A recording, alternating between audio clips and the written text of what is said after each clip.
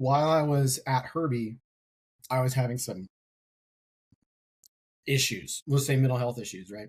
Mm-hmm. And I was dating someone at the time, and she's like, listen, I've seen this before, and it didn't end well. You need to go get help. And I was like, I'm still jumping at the schoolhouse. Like, I am not going to go to mental health because I know exactly what that means.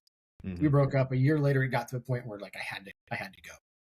It's like, all right, I'm going to at least go talk to somebody. You're like, you get like 12 visits before they flag your record. I was like, okay, that's fine. So I went to Herbie, to the MHC or mental health clinic, whatever they called it, and sat down with the guy. He's like, oh, okay, cool. He's like, well, do you want to finish your treatment? I was like, no, I can't get to 12, bro. Sorry, see you later. So I didn't finish. But then the same issues came back again. So I went back and finished. Not starting over where I picked up, but starting all over. Mm-hmm. So when I go to get my PHA, before I leave, for those of you who don't know, that's a flight physical where a doctor examines you and determines if you're fit for your next duty station or not.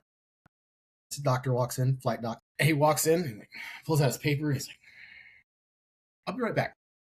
Leaves the room. I'm like, what? Okay. Rarely good, right? I don't know what's going on, but I know that I don't like it. He comes back in and he goes, okay, you have a diagnosis of PTSD and anxiety. You're DNF, you're DNIC. Good luck at your next duty station. And walks out. And I went, oh, baby Jesus, you just screwed my entire career. So I walked out, ran in the hallways. I'm looking for this doctor. I'm like, hey, like, you didn't even say anything other than that. Like, what is going on?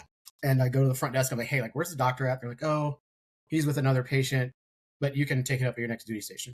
I was like, thanks. Mm-hmm. So I go to Fort Carson, Colorado. I would say it's a hidden gem, but I think everybody knows it's a good spot. And then I started working the waiver process. Well, the waiver process took 8 months before they even figured it out. By the time they figured it out, you're like, okay, here's what you have to do. You still have to keep going to mental health and get seen, but also you can't control, which going into a team room, you're now a tech sergeant who can't control and be a BALO or a battalion liaison officer. You're not doing the job. I hope you like running programs. They're figuring it out and just doing equipment layouts because that's what you're going to be doing. So that took a couple years. So what ended up happening was they fired it off to ACS, which is the Aerospace Medicine Consultation Service and Review Board in Dayton, Ohio. And then I had to go there. And for anybody who's not been, it's 3 days of just getting your brain pounded. You go in, you sit with a psychiatrist the first part of the day, take a bunch of batteries and tests, and then you sit with a psychologist for the second part of the day. You go to lunch, and then you rinse and repeat, and you evaluate your first day. And you do that for 3 days straight.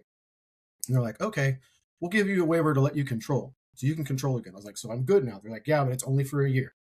So I had to do this, mind you, for the next 3 years. Every year, going back, getting evaluated.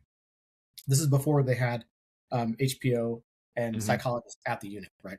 Right. Who knew what they were doing, who were like, this is valid, but it shouldn't keep him from doing his job. Like, just let him talk it out. The third time at ACS, they were like, oh, we want to medicate you. And one of the more, it's the best way to put this, the adults read the room and they were like, this is ridiculous. He doesn't need medication.